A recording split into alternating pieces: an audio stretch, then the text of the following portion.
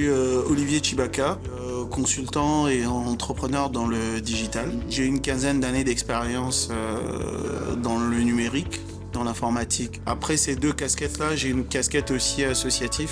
Une association pour pouvoir s'organiser en tant qu'étudiant. Donc c'est comme ça que j'ai mis un peu le pied dans le monde associatif. Et quand je suis rentré dans la vie active, je ne me suis pas arrêté là. On a créé l'association Initiative 243, qui est une association qui a regroupé des cadres congolais vivant en France.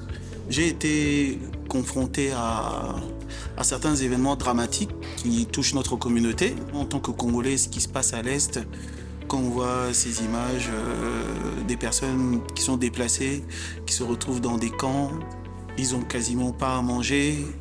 On voit des enfants qui sont pas scolarisés, qui ont pas à manger, sont dans une détresse terrible. Donc on est pris d'une émotion et qui nous pousse à contribuer. Le docteur Mukwege, ce qu'il fait avec les femmes qui sont violées, tout ça au niveau de son hôpital, c'est quand même, ça donne envie de dire comment on peut aider cet hôpital Panzi. Donc il y a plein de causes comme ça qui nous touchent. Umoja est une réponse en fait pour pouvoir exprimer notre solidarité. La plateforme Umoja, c'est une plateforme qui permet à des associations qui ont des projets humanitaires de venir sur notre plateforme et de pouvoir attirer des donateurs qui peuvent être sensibles et qui permet aux donateurs de pouvoir faire des dons. Tout le monde est confronté à la question du financement.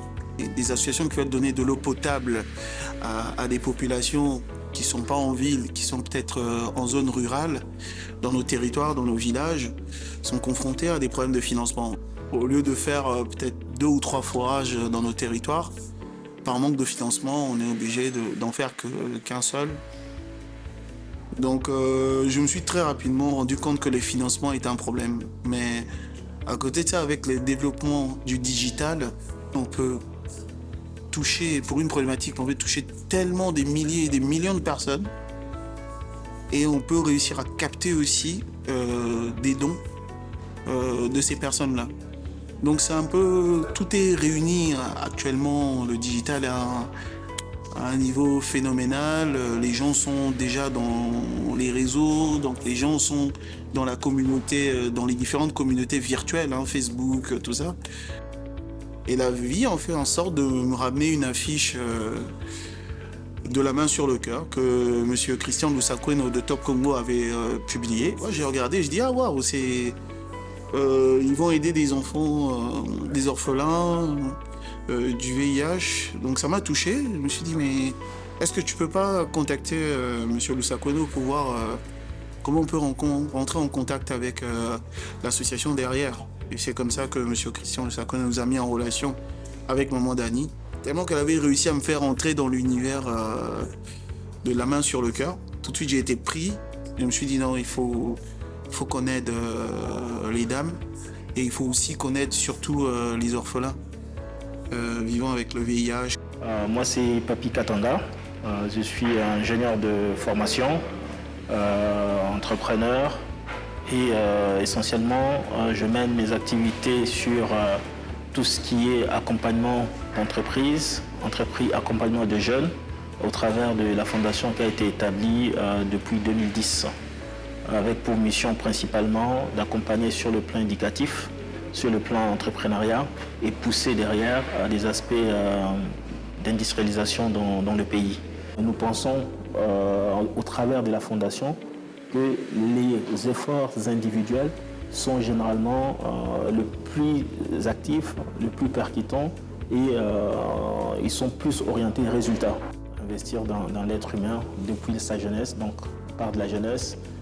Je travaille beaucoup avec de jeunes étudiants, de jeunes qui sortent d'école, de jeunes entrepreneurs, des fois qui ne sont pas forcément passés par l'école, parce que c'est important de poser une vraie base. Et notre investissement, c'est vraiment au travers de ces jeunes-là, puisqu'on compte sur eux pour prendre les réels relais.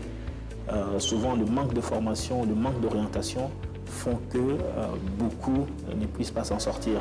Vous allez voir dans l'avenir, même au travers de Umoja, les causes seront regroupées par catégorie et par type pour justement permettre à différents donateurs qui sont déjà identifiés par rapport à une cause spécifique, de bien s'aligner sur nos différentes approches de mobilisation des fonds, dans le but de mobiliser les maximums de fonds et de commencer à répondre de façon très spécifique à l'orientation de ce jeune, à leur renforcement des capacités, de pouvoir donner les premiers fixes recherchés par les entrepreneurs qui ont juste besoin d'un coup de pouce initial pour pouvoir aller plus loin. Je m'appelle Scott, je suis dans la communication.